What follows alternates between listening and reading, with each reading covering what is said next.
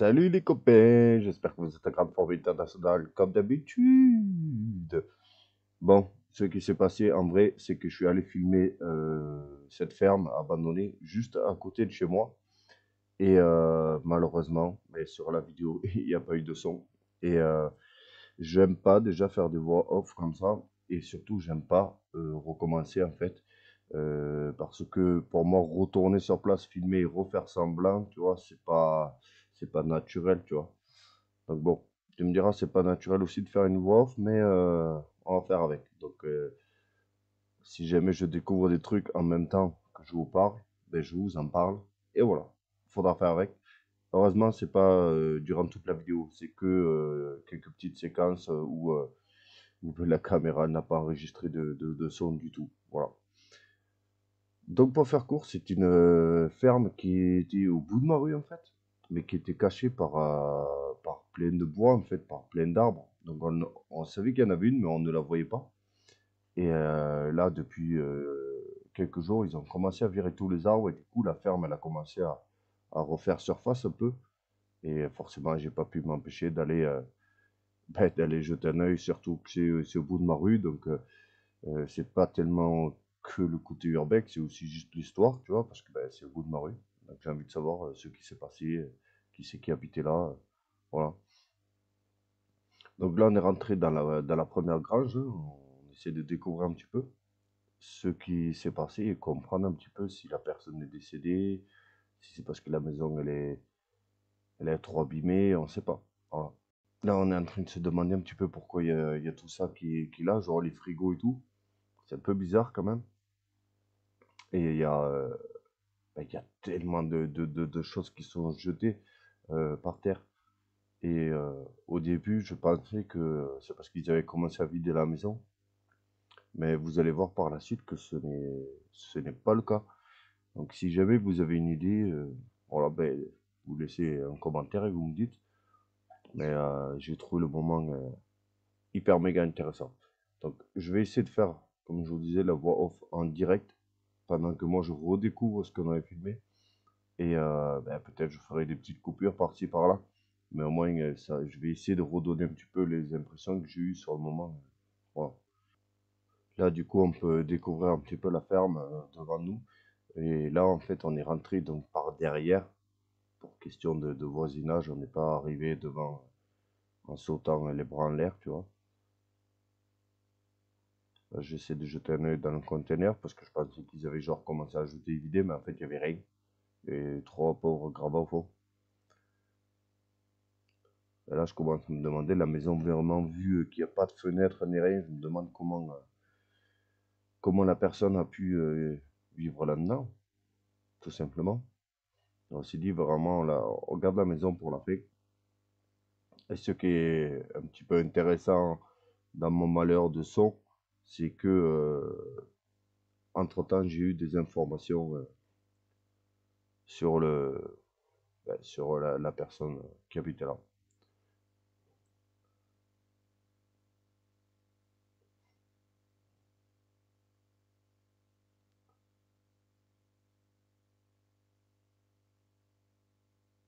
Là, on peut voir que littéralement le bout de la grange, en fait, il s'est écroulé.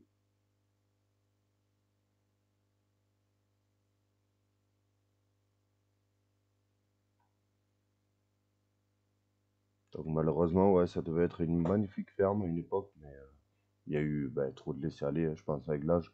Là, par terre, je pense que la personne était passionnée par les glaces, parce que je sais pas si on l'a vu, mais il y avait par terre une cinquantaine de boîtes de glace au chocolat, là. Et là, littéralement, il y a la végétation qui a repris ses droits au milieu de la grange. Et on va faire plein de découvertes mais complètement inexplicables. Donc j'espère qu'en commentaire, vous aurez peut-être des idées sur le pourquoi du comment. Ouais, ils sont partis, moi j'ai pas pu m'empêcher, je veux pas louper un truc, donc même si l'échelle est un peu, enfin, l'escalier est un peu dangereux, je voulais jeter un œil en fait en haut. Bon, c'est un peu dangereux aussi parce que le toit, vous avez vu, ça s'est écroulé à moitié, mais c'est dommage. bon, ben, il y a rien.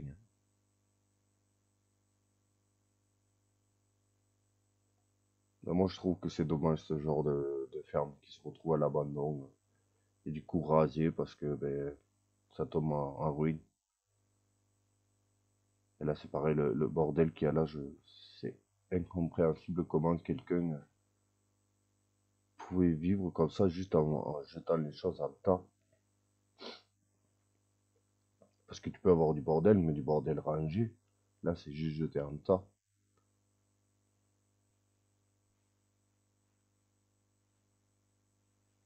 Bon, ben là, c'est l'heure de rentrer dans la maison. Comme vous pouvez voir, on n'a rien forcé. Tout est grand ouvert. Le but, c'est pas de casser, même si ça doit être détruit. Et là, pour moi, déjà, rien qu'en ouvrant cette porte-là, c'est incompréhensible comment quelqu'un pouvait vivre là. Et en fait, je marche sur des tonnes et des tonnes de journaux. Je pense qu'on le verra mieux après, mais tout ce qui se trouve par terre, ce sont uniquement des journaux. Là, ça commence à craindre un petit peu, comme on va le voir peut-être un petit peu mieux après. Et voilà, vous voyez, il y a à peu près 1 mètre à 1 mètre 20 de journaux partout. Et de toutes sortes. Voilà, vous voyez, dans toutes les pièces. Là, il y a le plafond qui s'est écroulé littéralement. Et je comprends pas si ce n'est que c'est peut-être une histoire c'est une maladie de collectionner comme ça. Parce que comment la personne a pu circuler dans la maison. Et en fait, ce sont, pour aller à 80%, c'est des journaux locaux, je sais pas comment on peut dire.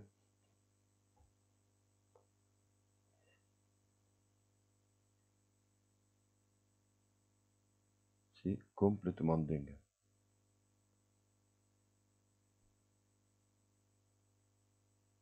Ah, j'essaie de faire le tour un petit peu pour voir si...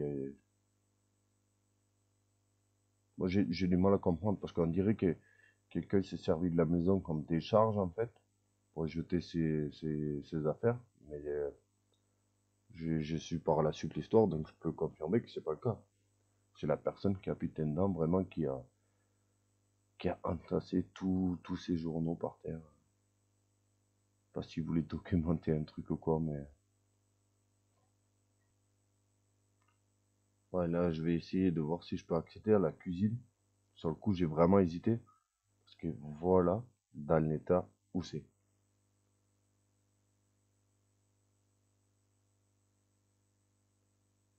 C'est du délire. J'ai vraiment hésité à rentrer parce que je pensais qu'il y aurait des rats et tout. Parce qu'en gros, il y a de la bouffe partout, quoi. Ouvert comme pas ouvert, c'est horrible. C'est horrible de se dire que quelqu'un a fait à manger là-dedans. Vous voyez sur quoi on marche là? On marche sur 20-30 cm de boîte de carton.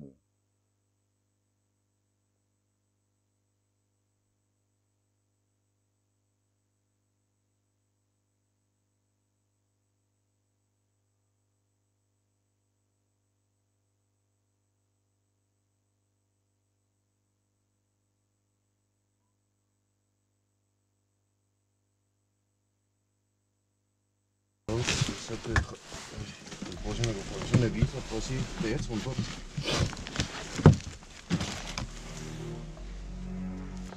En der koster 2,20 kroner. 78. Regardez, ça c'est le journal local de chez nous. Regardez de quand il date. Je sais pas si vous arrivez à voir. Ja, der står et navn. Le 9 juin en 78, j'étais même pas né. Oh. Han har også fundet tv engang.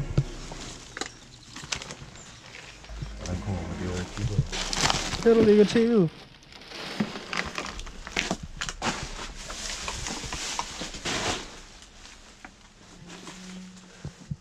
Det er jo fuldstændig sindssygt. Skal du eksperimentere med krøllen? Nej, det kan vi jo godt. Er det ikke bare kravle liv? Så nedenunder den der ved siden af, uden at gøre alt for meget. Manden har jo må kunne komme rundt selv jo, på en eller anden måde.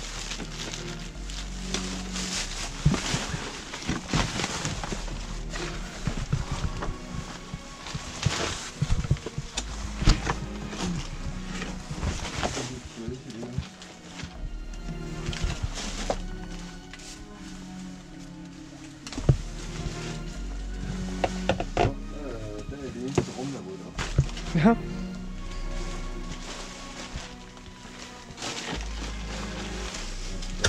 Au. Et postkort. Ja, og der er et billede af dem. Ja. Et foto.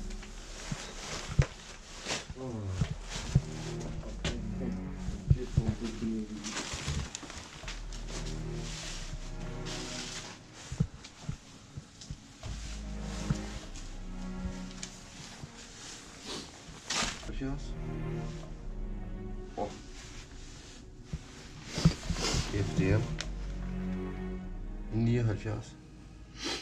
Den nye Fiat Ritmo. Jeg var ikke engang født dengang. Jamen det er hans navn. Der ligger også en folketiden hernede. Det er hans navn på det. Prøv at se, hvor stolt det er. Det er fra før vi blev født. En gammel tv. Sådan har jeg aldrig set før.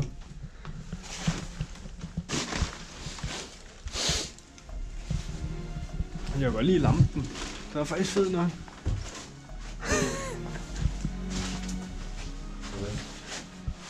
Ja.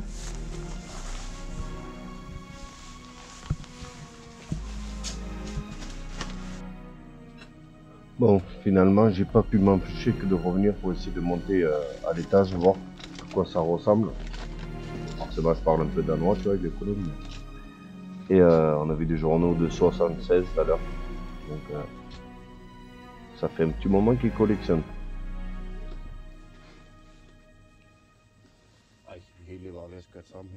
Et là, ce que je dis, c'est qu'en gros, tout est en train de s'écrouler, quoi. Le plafond et tout, le toit. Et là, on a enfin découvert la chambre. Et en fait, le salon en dessous où le plafond il s'écroulait, et ben c'est son lit. C'est son lit en fait qui commençait à passer à travers le sol. On peut l'apercevoir au fond là-bas, j'ai pas osé rentrer parce que là, si le lit il est passé à travers, moi je vais passer à travers aussi, quoi.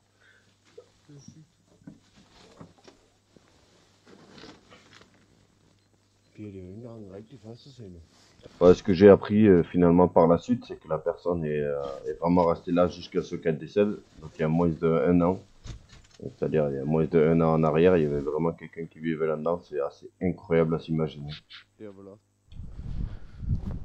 Ouais, ben je crois qu'on va se terminer sur ce magnifique coucher de soleil.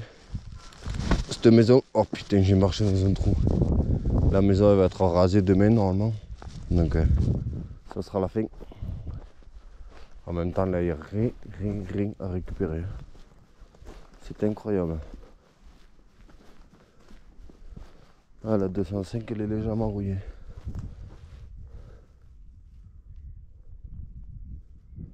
Tout ça c'était que des arbres. J'aurais aimé vous montrer devant mais pour des histoires de voisinage on va éviter.